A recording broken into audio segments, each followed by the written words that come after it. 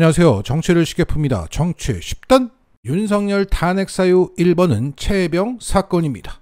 오늘 MBC는 최혜병 사건에서 윤석열의 핵심 참모가 수사 외압의 실무적 주체였던 유재은 국방부 법무관리관과 통화한 내역을 공수처가 확보했다고 전했습니다.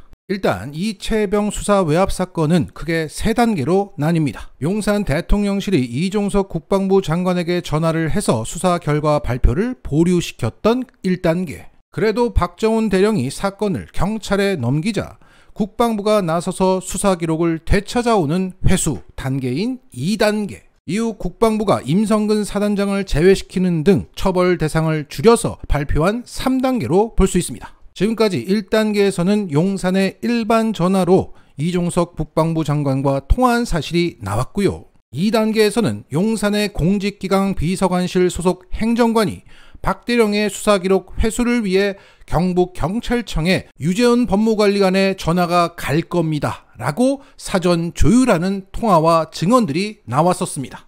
그런데 오늘의 MBC 보도는 그 2단계에서의 일로 대통령실 산하 공직기강 비서관실의 이시원 비서관이 당시 회수를 주도한 유재은 법무관리관과 통화한 사실이 나온 겁니다. 이 둘은 그 통화 내용에 대해서 함구하고 있으나 이 둘은 자주 통화한 사이도 아니었고 그 통화한 시점이 이시원의 부하 행정관이 회수를 실무적으로 조율했던 시점이라 당시 회수를 주도한 유재은과 통화를 했다면 회수와 관련한 통화일 수밖에 없다는 겁니다. 더군다나 이 이시원 공직기강 비서관은 과거 서울시 간첩 조작 사건의 담당 검사였고 윤석열과 평소 대면 보고를 할 만큼 핵심 참모입니다. 따라서 윤석열이 임성근 사단장의 처벌이 포함된 박정훈 대령의 수사 결과에 경로하고 수사 결과를 엎어라, 덮어라 지시했다는 것이 이 사건의 핵심인데 1단계에서 국방부 장관을 통해 수사 외압을 직접 지시한 통화 내역이 나왔고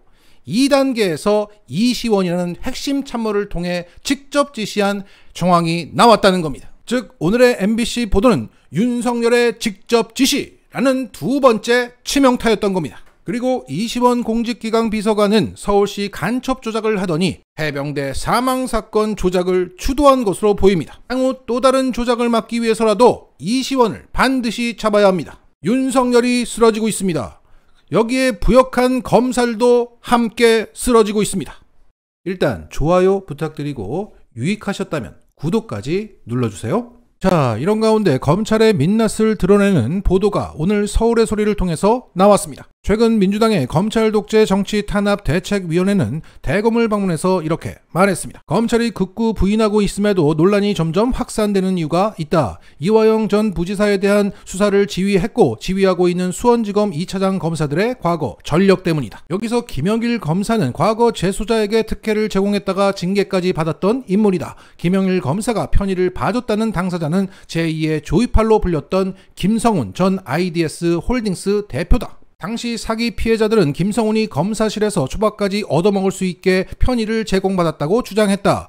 재소자가 검사실을 들락날락거리며 초밥까지 얻어먹었다니 연어 회덮밥에 소주 파티하며 진술 조작을 모의했다는 이화영 전 부지사의 진술과 비슷해도 너무 비슷한 상황 아니냐? 자, 그러니까 과거 금융사기 사건의 김성훈 등의 재소자에게 사적 편의를 제공했다가 징계를 받은 김영일 검사 휘하에서 술판이 벌어졌다는 의혹은 확산될 수밖에 없다는 거죠. 자, 이런 가운데 오늘 이 민주당의 주장을 서울의 소리 장인수 기자가 관련 녹취 파일과 취재를 통해서 입증하는 보도를 했던 겁니다. 한마디로 김영일 검사 휘하에서 술판이 벌어진 것은 빙산의 일각에 불과하다. 그러면 그 빙산을 가늠하기 위해서 장인수 기자가 취재한 사전 정보를 정리하겠습니다. 자, IDS 홀딩스 대표인 김성훈은 1조 원대 사기를 저질렀고 피해자는 10,000명이 넘고 그중 50명이 자살을 합니다. 그래서 그는 제2의 조이팔로 불립니다. 최종적으로 그는 15년의 징역형을 받았지만 검찰의 미진한 수사로 인해서 수사 초기 집행유예로 풀려나거나 피해 금액은 거의 환수되지 못합니다. 그리고 장인수 기자가 오늘 공개한 녹취 파일은 2018년 서울중앙지검 김영일 검사실에서 이뤄진 통화입니다. 그것은 당시 출정 기록을 대조해 확인된 팩트고 훗날 김영일이 견책 징계를 받을 때 검찰도 인정한 사실입니다. 그 녹취 파일에는 사건 브로커인 이씨와 그의 빵 동기 성씨가 등장합니다. 그러니까 브로커 이 씨는 김성훈과 성 씨를 서울 구치소에서 만났고 재소자인 이 씨가 검사실에 출정 나가서 먼저 출소해 밖에 있는 성 씨와 통화를 했던 겁니다. 이 녹취 파일들은 훗날 제3의 인물로 인해서 검찰에 진정이 들어가게 됐고 그걸 장인수 기자가 입수해 보도하게 된 겁니다. 이 통화에서 이 씨와 성 씨는 김성훈 사건의 범죄 은닉 자금을 어떻게 뺄지 다른 회사를 200억에 인수할지를 의논합니다. 그런데 킬링 포인트는 이 씨와 김성훈과의 관계는 서울 구치소에서 만난 게 다인데 김성훈의 범죄 은닉 자금을 어떻게 빼라, 저렇게 써라 라는 지시를 대신하고 있다는 겁니다. 그런데 그 의무는 이들이 모두 김영일 검사실에 자주 출정 나갔다는 것이죠. 자, 일단 그 녹취 파일 일부를 들어보시겠습니다. 그러면 그 적으라는데 HSBC에서 결제를 해준대. 거기까지 내가 파악을 했어. 아, 예, 알겠습니다, 형님. HSBC는 1조 원대 금융사기 사건인 IDS 홀딩스의 자회사 IDS 포렉스 홍콩 법인의 주 거래은행이었습니다. 이 씨와 성 씨는 HSBC에 은닉된 것으로 추정되는 IDS 홀딩스의 범죄 수익을 사용하는 방법을 논의합니다. HSBC 홍콩이니까 거기서 결제하겠죠, 뭐. 그게 하는 거래. 예. 그 회사하고 전혀 관계없는 거야. 예.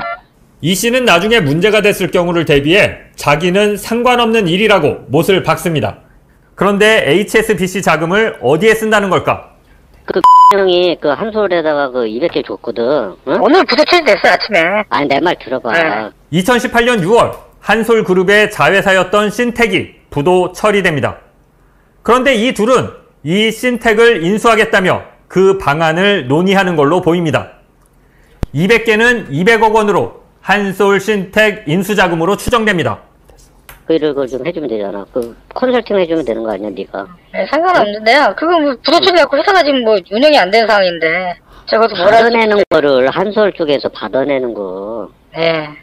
그거를 내가 해주고 커미션을 얼마 받으면 되잖아. 컨설팅으로. 응? 구치소에 있는 이 씨가 출소해 사회에 있는 성 씨에게 한솔 신택 경영권 인수 작업을 맡아서 해달라며 부탁을 하고 있는 겁니다. 사건 브로커에 불과한 이 씨가 어떻게 홍콩에 은닉된 IDS 홀딩스의 범죄 수익으로 부도 기업을 인수하겠다는 걸까? 해답은 서울중앙지검 1003호실 김영일 검사실의 출정 기록에 있습니다. 사건 브로커 이 씨는 38번, IDS 홀딩스 사기 사건의 주범 김성훈 회장은 34번 각각 1003호실에 출정을 나갔습니다. 그런데 사건 브로커 이 씨와 IDS 김성훈 회장이 같은 날 김영일 검사실에 출정을 나가는 일이 잦았습니다. 김영일 검사실에서 이 씨와 김성훈 회장이 친분을 쌓았던 겁니다. 이들은 이 친분을 이용해 검사실에서 함께 범죄를 모의하고 검사실 전화로 이를 실행까지 하려 했습니다. 자, 이 씨가 하는 말을 잘 보세요. HSBC에서 결제를 해준대. 거기서 결제하겠죠? 그게 하는 거래. 라고 말합니다. 그러니까 김성훈의 돈에 대한 김성훈의 지시를 이 씨가 밖에 있는 성 씨에게 전달하는 겁니다. 이게 김영일 검사실에서 이뤄졌습니다. 옆에 김영일 검사가 없었다면 재소자의 범죄 모의를 방치한 것이고요. 옆에 김영일 검사가 있었다면 김성훈 돈 빼서 우리 돈잔치 해보자! 이거 아닙니까? 이런 식의 녹취 파일이 6개가 있었는데 훗날 제3의 인물의 진정으로 인해서 검찰은 가벼운 징계인 견책을 내리게 됩니다. 그러니까 김영일 검사는 그대 범죄 모의를 할 때 자리에 없었고 재소자에게 사적 편의를 제공했을 뿐이라는 겁니다. 하지만 김영일 검사와 이 브로커 이 씨의 관계는 매우 오래된 관계였습니다. 이 사건 브로커 이모 씨와 김영일 검사는 친분이 꽤 있는 걸로 보입니다. 왜냐하면 김영일 검사가 사건 브로커 이모 씨를 자기 방으로 부른 게 2010년부터입니다. 확인된 게. 2010년 당시에 김영일 검사가 인천지검에서 근무하고 있었는데요. 그 당시 이미 사건 브로커 이 씨는 김영일 검사 방에 계속 출정을 나가고 있었습니다. 그리고 김영일 검사가 2016년도에 서울중앙지검에 부임하는데 그때 사건 브로커 이 씨를 또 자기 방에 부릅니다. 그래서 2016년, 2017년도 당시에 이모 씨가 김영일 검사 방에 나간 게 130여 차례나 됩니다. 예. 당시 김영일 검사가 서울중앙지검 방위산업수사부에 있었는데요. 그때도 이모 씨를 불렀고 그 이후에 이제 특수일부 부부장으로 갑니다. 지금 이제 전화통화가 이루어졌던 특수부로 가서도 또 사건 브로커 이 씨를 부릅니다. 그러니까 어느 지검에 있던 어느 부서에 있던 사건 브로커 이모 씨를 자기 방으로 부르는 겁니다. 이해하기 어려운 행태죠. 이들은 김영일 검사실에서 불법적인 사건 거래도 했습니다. 그리고 그쪽은 들어간 건 오늘 들어갔었어? 들었다 왔죠. 근데 뭐라고 했냐면 김영진 부장 죽인 사람이잖아요. 근데 검찰은 독하게 보죠. 더 확실하지 그거. 그래서 이 씨는 김영중 검사의 고교동창 스폰서 사건의 김모 씨에게 검사가 실적을 쌓을 수 있는 범죄 사건을 제보해주면 1억 원을 제공해주겠다고 약속했습니다. IDS 김성훈 회장은 형 집행정지를 받게 해달라며 3억 원을 주겠다고 김 씨에게 약속했습니다. 이 같은 사항을 이 씨가 김영일 검사실 전화로 논의하고 실행했던 겁니다. 김성훈 회장에게 총 8천여만 원을 받은 김 씨는 곧바로 자수하고 김 회장과 이 씨를 고발했습니다. 경찰은 불법 사건 거래가 인정된다며 2020년 7월에 이들을 기소 의견으로 검찰에 송치했습니다. 하지만 검찰은 코로나를 핑계로 4년간 수사를 중단했다 최근에 재개했습니다. 서울중앙지검 형사 3부는 김영일 검사실에 모여 범죄를 모의하고 불법 사건 거래에 가담한 관련자들을 최근 잇따라 소환해 조사를 벌이고 있습니다. 저널리스트 장희수입니다. 자, 그러니까 술판을 벌였다는 것은 빙산의 일각이고 재소자가 검찰에 자주 출정 나가는 것 자체가 특혜이자 특권이 된다고 합니다. 출정을 자주 나가면 재소자들 사이에서 소문이 나고 이 씨와 같은 재소자는 일종의 권력자가 된다. 그러면 김성훈과 같은 큰손들이 다가오고 자신의 범죄 은닉 자금을 빼는 등의 큰 수익을 우리 공유하자. 이런 좋은 기회가 생긴다. 반대로 돈이 있는 재소자들은 검사를 만나기 위해서 라임 사건으로 세상을 들썩떠들썩하게 만들었던 김 씨와 같은 사람에게 접근해서 검사가 실적을 올릴 수 있는 사건을 돈으로 사서 물어다 준다. 그러한 재소자와 검사의 공생이 이루어지고 있는 게 바로 김영일 검사실이었다. 그런데 그런 사건 거래를 했던 김 씨가 돌연 이 씨와 성 씨 그리고 검사를 처벌해달라고 고발을 했는데 경찰은 기소 의견을 냈는데 검찰 차원에서 뭉개고 있다. 결국 이것은 단지 김영일 검사만의 문제가 아니다. 과거 윤석열 주임검사의 부산저축은행 사건처럼 늘 수조 원대 금융사기 사건은 매번 터져왔지만 매번 검찰은 환수를 못했고 몸통이 도망가는 건 일수고 몸통이 잡혀봐야 금방 나온 일이 반복해서 벌어지고 있는 것은 이러한 커넥션이 있기 때문이 아닐까. 이런 가운데 이화영 술판 회유 의혹은 그 빙산의 일각이고 우리는 이 빙산을 이번 기회에 반드시 드러내야 한다.